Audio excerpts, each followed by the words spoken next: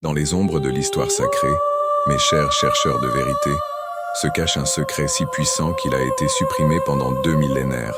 Un secret qui, s'il était révélé, pourrait ébranler les fondations mêmes du christianisme tel que nous le connaissons. Imaginez un instant que tout ce que vous pensiez savoir sur les origines de la foi chrétienne soit une façade élaborée, un écran de fumée conçu pour dissimuler une vérité bien plus profonde et troublante. Et si je vous disais que la figure la plus influente au début du christianisme n'était pas l'un des apôtres que nous connaissons, mais une femme dont le pouvoir et la sagesse étaient si menaçants que l'Église primitive n'a eu d'autre choix que de l'effacer de l'histoire officielle. Je parle bien sûr de Marie-Madeleine, mais pas la Marie-Madeleine telle qu'elle est présentée dans les textes bibliques traditionnels. Non, mes amis, la véritable Marie-Madeleine était bien plus qu'une simple suiveuse de Jésus. Elle était une leader, une visionnaire et possiblement la véritable fondatrice du christianisme tel que nous le connaissons aujourd'hui. Cela semble insensé, peut-être, mais je vous assure que les preuves que nous avons découvertes sont aussi convaincantes que troublantes.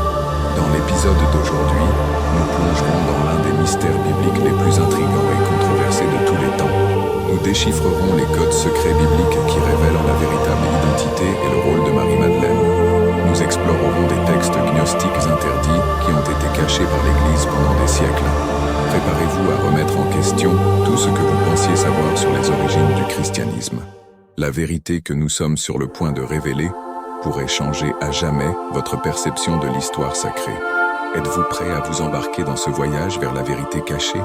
Alors, accompagnez-moi tandis que nous révélons le secret le mieux gardé de la chrétienté.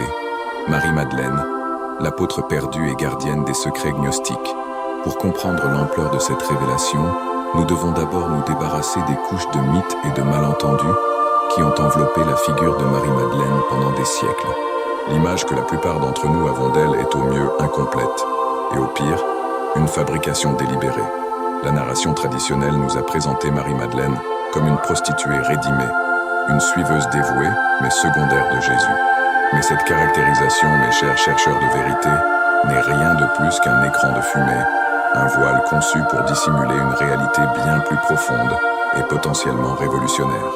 Notre voyage vers la vérité commence en l'an 591 après J.C., lorsque le pape Grégoire I prononça un sermon qui allait changer à jamais la perception de Marie-Madeleine. Dans ce sermon, il fusionna par erreur Marie de Magdala avec d'autres figures féminines des évangiles, créant ainsi l'image de la pécheresse repentie qui perdure jusqu'à nos jours. Mais pourquoi cela a-t-il été fait? Quelle menace la véritable Marie-Madeleine représentait-elle pour la hiérarchie ecclésiastique? La réponse, mes amis, réside dans des textes anciens que l'Église a tenté de supprimer pendant des siècles. Je parle des évangiles gnostiques, notamment l'évangile de Marie, découvert en 1896 en Égypte. Ce texte, ainsi que d'autres comme l'évangile de Philippe et l'évangile de Thomas, nous présente une image radicalement différente de Marie-Madeleine. Dans ces textes, Marie n'est pas une simple suiveuse. Elle est décrite comme l'apôtre des apôtres, la disciple la plus proche de Jésus, détentrice de connaissances ésotériques que les autres apôtres ne comprenaient pas ou même craignaient. L'évangile de Philippe suggère même une relation intime entre Jésus et Marie, la décrivant comme sa compagne et affirmant que Jésus l'embrassait fréquemment sur la bouche. Mais allons plus loin. Que diriez-vous s'il y avait des preuves suggérant que Marie-Madeleine non seulement fut la disciple la plus proche de Jésus, mais fut désignée par lui comme la leader du mouvement chrétien après sa mort? Dans l'évangile de Marie, nous trouvons un passage fascinant où Pierre, traditionnellement considéré comme le leader des apôtres, dit à Marie: « Sœur, nous savons que le Sauveur t'aimait plus que le reste des femmes.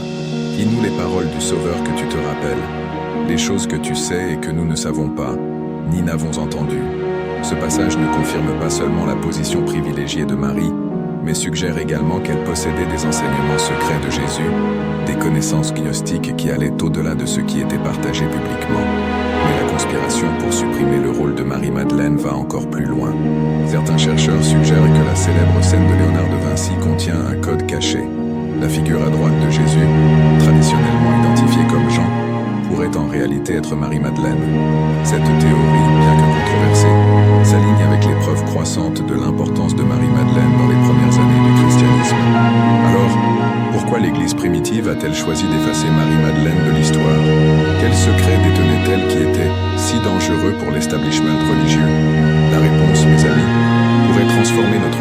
révélation non seulement du christianisme, mais également de la nature même de la spiritualité et du savoir divin.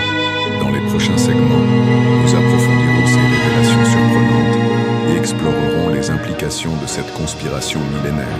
Préparez-vous, car nous sommes sur le point de pénétrer dans les secrets les plus profonds et troublants de l'histoire chrétienne. La vérité sur Marie-Madeleine n'est que le début d'un voyage qui défiera tout ce que vous croyez savoir sur la foi, le pouvoir et la nature même du divin. Mes chers chercheurs de vérité, nous avons atteint le cœur de nos révélations concernant Marie-Madeleine. Préparez-vous à plonger dans les profondeurs des mystères bibliques révélés que l'Église a gardés cachés pendant des siècles. Le premier pilier de notre enquête repose sur les textes gnostiques, spécifiquement l'Évangile de Marie. Ce document, redécouvert au XIXe siècle, nous offre une vision radicalement différente du christianisme primitif et du rôle de Marie-Madeleine en son sein. Dans cet évangile, Marie n'est pas seulement une disciple, mais la détentrice des connaissances secrètes transmises directement par Jésus. Lisons un passage révélateur. Pierre a dit à Marie, « Sœur, nous savons que le Sauveur t'aimait plus que toutes les autres femmes. Dis-nous les paroles du Sauveur que tu te rappelles, celles que tu connais et que nous ne connaissons pas, ni n'avons entendues. » Marie répondit en disant, « Ce qui est caché pour vous, je vous l'annoncerai. » Ce fragment est explosif pour plusieurs raisons. Premièrement, il établit clairement que Marie-Madeleine avait un statut spécial parmi les disciples. Deuxièmement, il suggère qu'elle possédait des connaissances ésotériques que les autres apôtres ignoraient.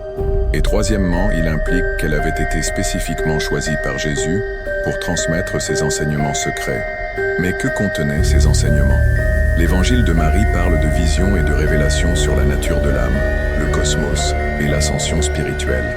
Des concepts qui s'alignent davantage avec les traditions mystiques qu'avec le dogme chrétien que nous connaissons aujourd'hui. Maintenant, relions cela à une autre pièce du puzzle, le concept gnostique de la Sophia ou sagesse divine. Dans la tradition gnostique, Sophia est une figure féminine divine, souvent associée à la connaissance spirituelle la plus élevée.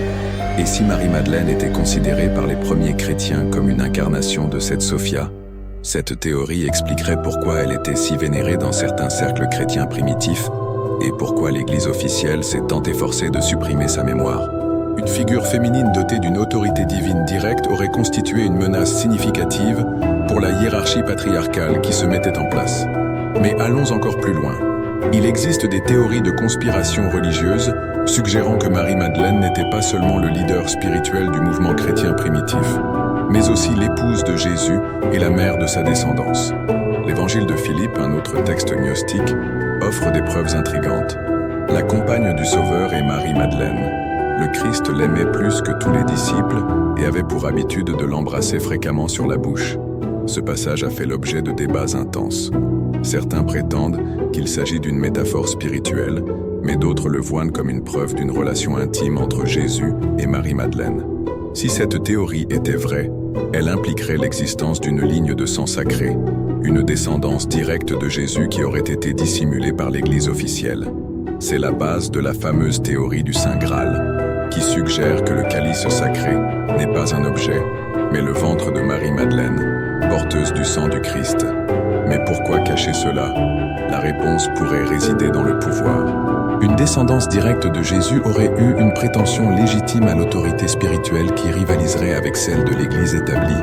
Maintenant, relions ces points avec l'histoire postérieure.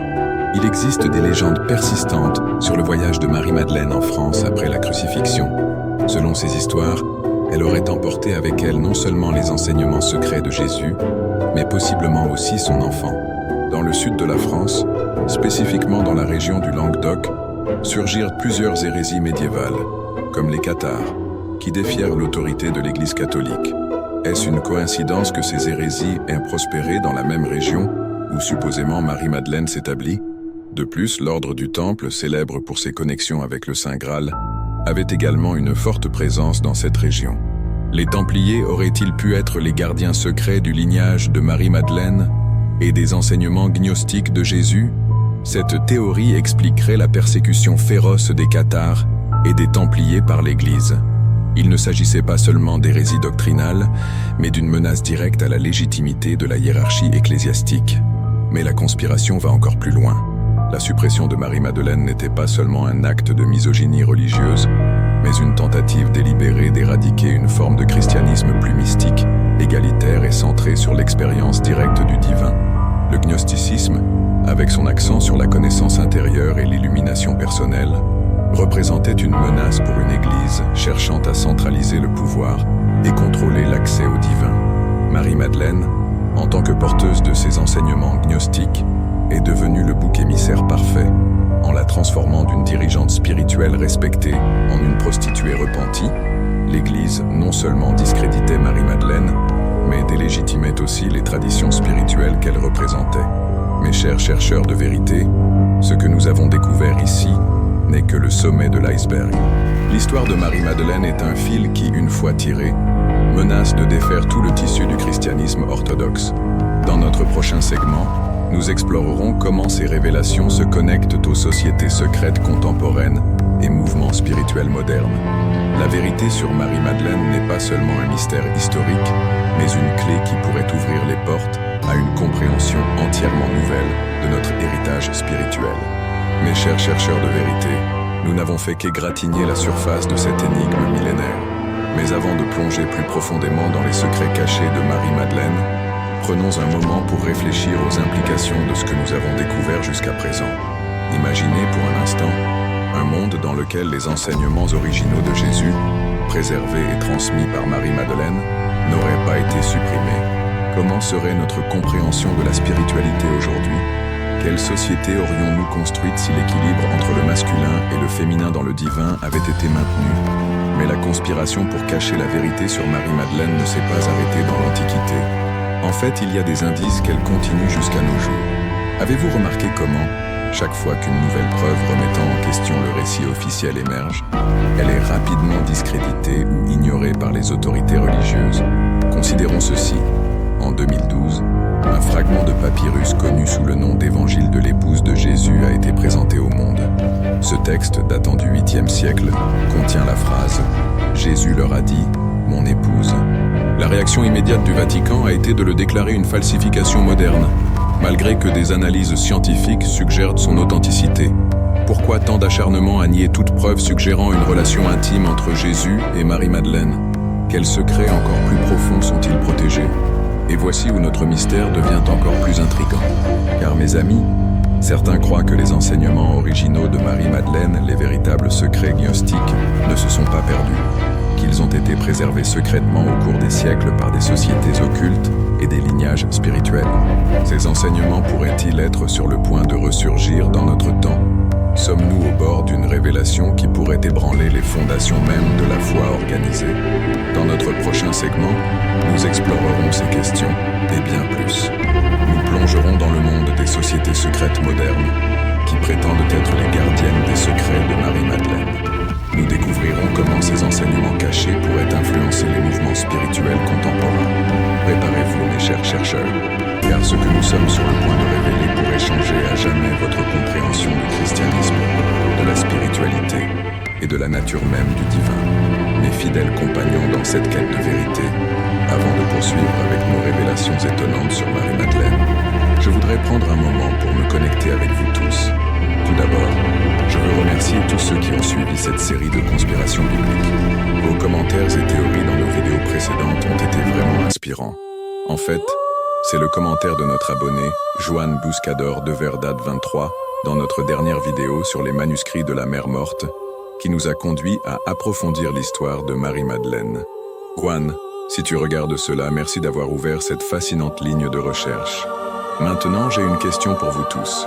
Que pensez-vous de ce que nous avons révélé jusqu'à présent? Pensez-vous que Marie-Madeleine aurait pu être véritablement la leader désignée par Jésus pour le mouvement chrétien primitif? Partagez vos réflexions dans les commentaires. Vos idées pourraient être la clé pour dénouer encore plus de mystères. Et parlant de mystères, dans notre prochain épisode, nous explorerons les énigmes de l'Ancien Testament que l'histoire officielle a ignorées. Avez-vous des théories sur les géants mentionnés dans la Genèse ou sur la véritable localisation de l'Arche de l'Alliance? Laissez-les dans les commentaires et nous pourrions aborder vos théories dans la prochaine vidéo. Si vous ne l'avez pas encore fait, assurez-vous de vous abonner à notre chaîne et d'activer les notifications. Croyez-moi, vous ne voudrez pas manquer ce qui vient. Nous sommes sur le point de plonger dans des révélations qui pourraient ébranler les fondations mêmes de la foi organisée. Pour ceux d'entre vous qui souhaitent approfondir encore plus ces sujets, nous avons créé une communauté exclusive sur notre site web. Nous y partageons du contenu supplémentaire, des documents originaux et des débats approfondis que nous ne pouvons pas inclure sur YouTube. Le lien est dans la description de la vidéo. Rappelez-vous, mes chers chercheurs de vérité, ensemble, nous déterrons les secrets les plus profonds de l'histoire sacrée. Votre participation est cruciale dans cette mission. Alors partagez cette vidéo, laissez vos commentaires et préparez-vous pour des révélations encore plus frappantes. Revenons maintenant à Marie-Madeleine et aux secrets qui restent à découvrir.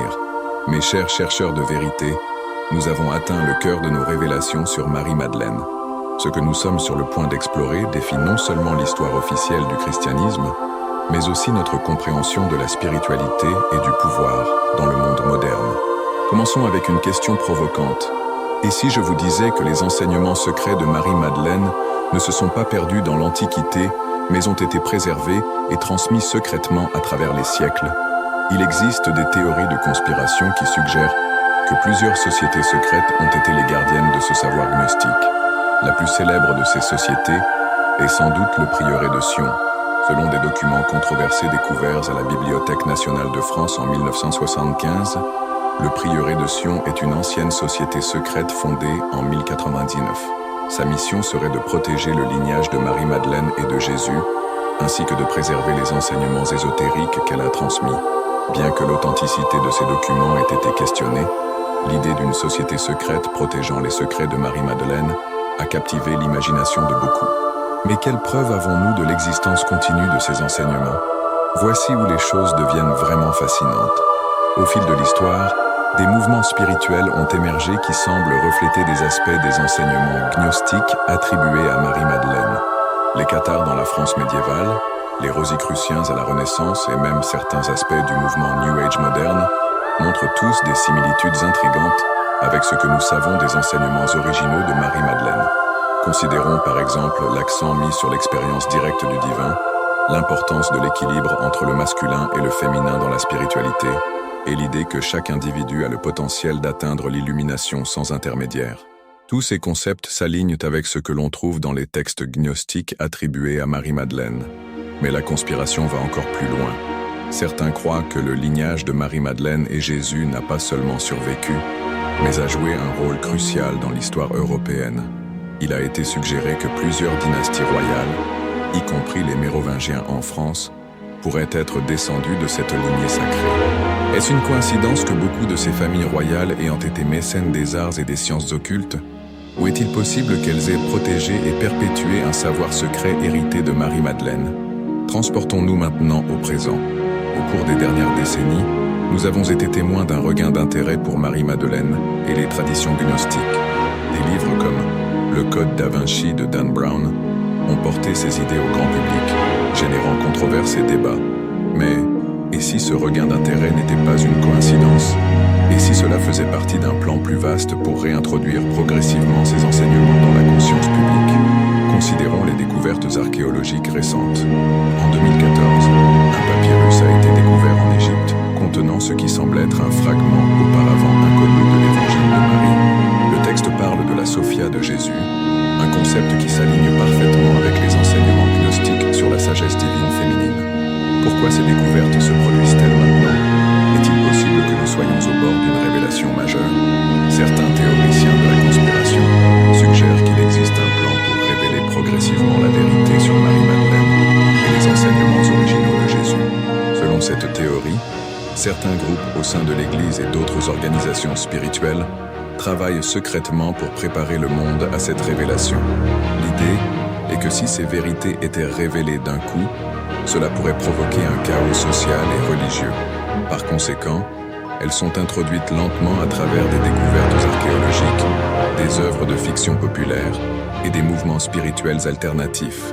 Mais quelles seraient les implications de cette révélation? Si les enseignements de Marie-Madeleine étaient reconnus comme authentiques, comment cela changerait-il notre compréhension du christianisme?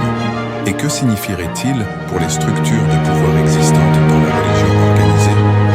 Imaginez un christianisme qui embrasse l'égalité des sexes dans le leadership spirituel, qui met l'accent sur l'expérience mystique directe plutôt que sur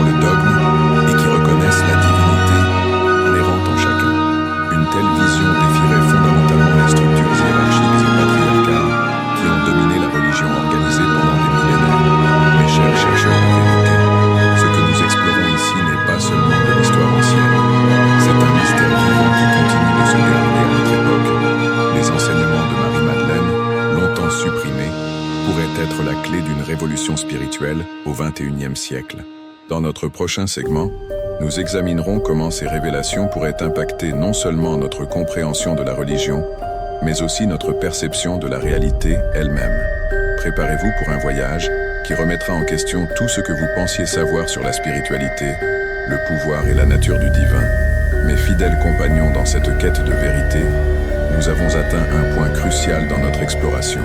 Il est temps d'élever notre perspective et de considérer les implications plus profondes de ce que nous avons découvert sur Marie-Madeleine et les enseignements gnostiques.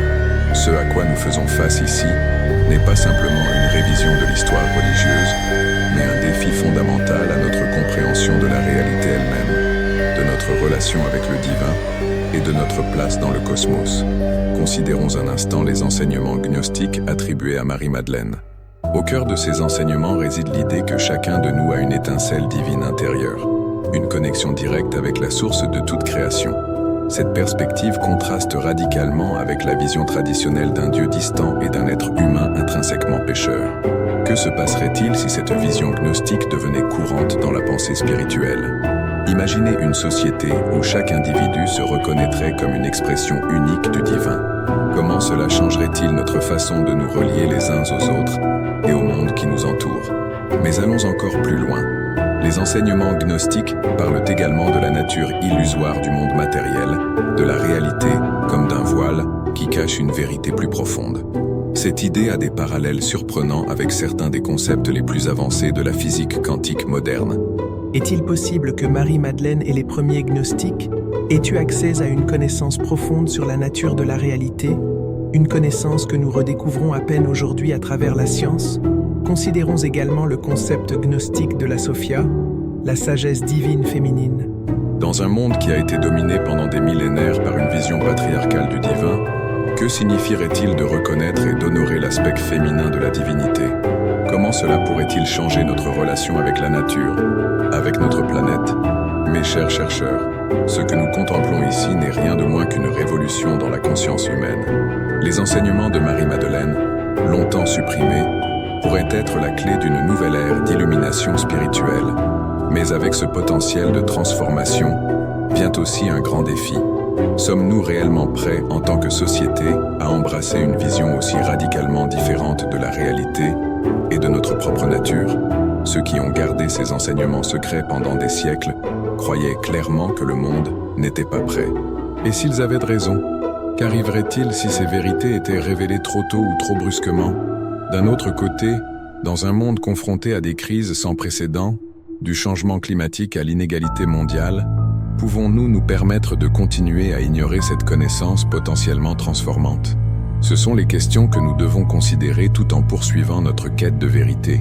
Il ne s'agit pas seulement de découvrir des secrets anciens, mais de forger un nouveau chemin en avant pour l'humanité. Dans notre prochain segment, nous explorerons comment appliquer ces révélations dans notre vie quotidienne et quel rôle chacun de nous peut jouer dans cet éveil collectif. Souvenez-vous, mes chers chercheurs, que chacun de vous est une pièce cruciale de ce grand puzzle cosmique.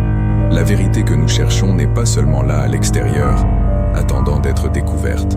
Elle réside aussi en chacun de nous, attendant d'être rappelée. Mes chers chercheurs de vérité, nous avons parcouru ensemble un chemin fascinant, démêlant les secrets de Marie-Madeleine et les enseignements gnostiques. Mais il est maintenant temps de passer à la partie la plus cruciale de notre voyage. Comment pouvons-nous appliquer ces révélations dans notre vie quotidienne? Premièrement, réfléchissons au concept gnostique de l'étincelle divine intérieure. Comment notre vie changerait-elle si nous nous voyions réellement, nous-mêmes et les autres, comme des manifestations uniques du divin? Imaginez comment cela transformerait nos relations, notre travail et même nos conflits quotidiens. Je vous propose un exercice. Pendant la prochaine semaine, essayez de voir chaque personne que vous rencontrez comme une expression du divin. Observez comment cela change votre perspective, comment vos interactions se transforment. Deuxièmement, considérons l'idée gnostique de la nature illusoire de la réalité matérielle. Cela ne signifie pas que nous devrions rejeter le monde physique, mais que nous pourrions bénéficier d'une perspective plus profonde. Que se passerait-il si nous voyions les défis de notre vie non comme des obstacles, mais comme des opportunités de croissance spirituelle? Essayez cela la prochaine fois que vous faites face à une difficulté. Demandez-vous quelle leçon spirituelle pourrait être cachée dans cette expérience. Vous pourriez être surpris par les révélations qui en découlent. Troisièmement, réfléchissons à l'équilibre entre le masculin et le féminin dans la spiritualité. Dans un monde qui a longtemps favorisé les qualités traditionnellement masculines telles que la force et la domination, comment pourrions-nous intégrer plus pleinement les qualités féminines de compassion, d'intuition et d'interconnexion? Je vous invite à explorer comment vous pourriez nourrir davantage ces qualités dans votre vie quotidienne. Comment cela pourrait-il changer votre façon de diriger, de résoudre des problèmes, de vous rapporter aux autres et à la nature? Quatrièmement, considérons l'idée gnostique de la quête de la connaissance comme voie vers l'illumination. À l'ère de l'information, nous sommes inondés de données, mais combien de cela est véritablement un savoir transformateur? Je vous mets au défi de consacrer du temps chaque jour à chercher un savoir qui nourrit réellement votre âme. Cela peut être à travers la lecture, la méditation ou simplement la contemplation silencieuse de la nature. Enfin, réfléchissons au rôle de Marie-Madeleine en tant que porteuse d'enseignements secrets. Chacun de nous a des expériences et des connaissances uniques. Comment pourrions-nous partager notre sagesse avec le monde d'une manière qui inspire et élève les autres? Réfléchissez à cela. Quel enseignement secret avez-vous à partager? Comment pourriez-vous le transmettre d'une manière qui respecte la tradition de Marie-Madeleine? Mes chers chercheurs, ces révélations ne sont pas simplement des informations à absorber passivement. Ce sont des graines de transformation qui, si nous les nourrissons, peuvent fleurir en une nouvelle façon d'être et de vivre. En appliquant ces enseignements dans notre vie, nous devenons des agents actifs de changement. Continuant l'héritage de Marie-Madeleine et des gnostiques, nous participons à rien de moins que l'évolution de la conscience humaine. Souvenez-vous, la véritable conspiration n'est pas seulement la suppression de ces enseignements à travers l'histoire. La véritable conspiration est contre notre propre divinité intérieure, notre potentiel d'éveil et de transformation. En embrassant ces vérités, en les vivant au quotidien, nous remettons en question des siècles de conditionnement et de contrôle. Nous réclamons notre droit de naissance en tant qu'être spirituel ayant une expérience humaine. Dans notre segment final, nous explorerons comment nous pouvons nous unir en tant que communauté pour apporter ces enseignements au monde d'une manière qui puisse catalyser un éveil global. Préparez-vous, mes chers chercheurs, car le voyage ne fait que commencer. Mes chers chercheurs de vérité, nous avons atteint la fin de ce voyage fascinant à travers les secrets de Marie-Madeleine et les enseignements gnostiques. Mais souvenez-vous, ceci n'est pas une fin, mais un nouveau commencement. La vérité que nous avons découverte ensemble n'est pas seulement à contempler, mais à vivre. Chacun de vous a maintenant la responsabilité et le privilège d'être un gardien moderne de ces connaissances anciennes. Je vous exhorte à ne pas laisser ces révélations devenir de simples mots. Passez à l'action. Intégrez ces enseignements dans votre vie quotidienne. Soyez le changement que vous souhaitez voir dans le monde. Pour ceux qui souhaitent approfondir ces mystères, je vous invite à rejoindre notre communauté en ligne. Dans notre forum privé, nous partageons des ressources supplémentaires, organisons des débats approfondis et nous soutenons mutuellement dans notre voyage spirituel. Le lien se trouve dans la description de la vidéo. Par ailleurs, nous organisons une série de webinaires exclusifs où nous explorerons en détail les textes gnostiques et les techniques de méditation associées aux enseignements de Marie-Madeleine. Ne manquez pas cette occasion unique de vivre directement ces anciennes pratiques spirituelles. Et pour ceux qui se sentent appelés à partager ces vérités avec le monde, je vous encourage à devenir des ambassadeurs de ce savoir. Partagez cette vidéo, initiez des conversations, organisez des groupes d'études dans vos communautés locales. Souvenez-vous, chaque petite action compte. Chaque esprit qui s'ouvre, chaque cœur qui s'élargit, nous rapproche d'un pas de la réalisation d'une nouvelle ère d'illumination spirituelle. Dans notre prochain épisode, nous plongerons dans les mystères du livre d'Enoch et sa connexion avec des civilisations anciennes avancées. Les veilleurs mentionnés dans ce texte interdit étaient-ils vraiment des visiteurs d'autres mondes? Ne le manquez pas. D'ici là, mes chers chercheurs, gardez vos esprits ouverts, vos cœurs compatissants et vos esprits élevés. La vérité est là dehors et aussi à l'intérieur de chacun de vous. Merci de m'avoir accompagné dans ce voyage. Ensemble, nous déterrons les secrets les plus profonds de l'histoire sacrée et forgeons un nouveau chemin vers l'avenir. Jusqu'à la prochaine fois, que la lumière de la vérité éclaire toujours votre chemin.